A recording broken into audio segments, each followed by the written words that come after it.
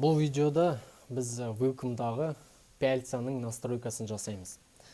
Егер сіздерде Welcome жаңа орнатылған болса, сіздерде алдымен сіздердің машинкаңыздың моделіне сай пяльцаның настройкасын жасау керек. Бұл интерфейсте біз оң жақтан осындай пяльцаға ұқсайтын жасыл түсті значокқа апарамыз. Егер де біз сосын оң жақ кнопканы басамыз мышканың.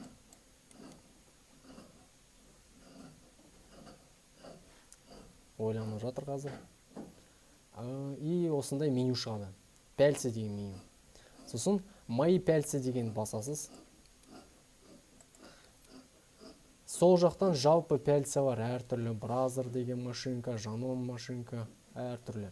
Ал оң жақтан мои пяльца. Бұл жерде ешқандай пяльца болмайды. Егерде жаңадан бұл Welcome программасын орнатсаңыз. Біз не істейміз? Айтайық, бірнеше пяльца сізге керек, жаңа. Мысалы, сізде мыналарды қайттан орнына қайтарып жіберемін. Мысалы, жанон деген машинка моделімен аламыз. Жанон басынан бастаймыз. Сол жақ батырмамен басамыз, клик етіп мышканың 200-200 мм. Одан кейін Ctrl деген әріпті басамыз. Келесі 140-140. Іздейміз. Төменге түсеміз.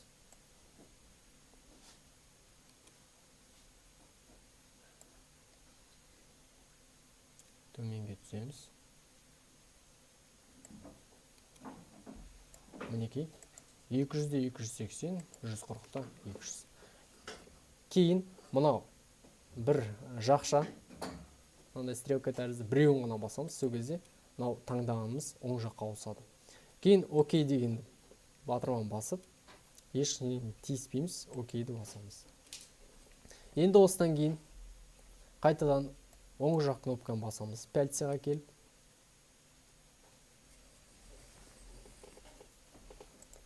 Арғарай міне, мына жерде осындай менюны басамыз. Сол кезде сіздердің өздеріңіздің күнделікті қолданатын пяльца шығады.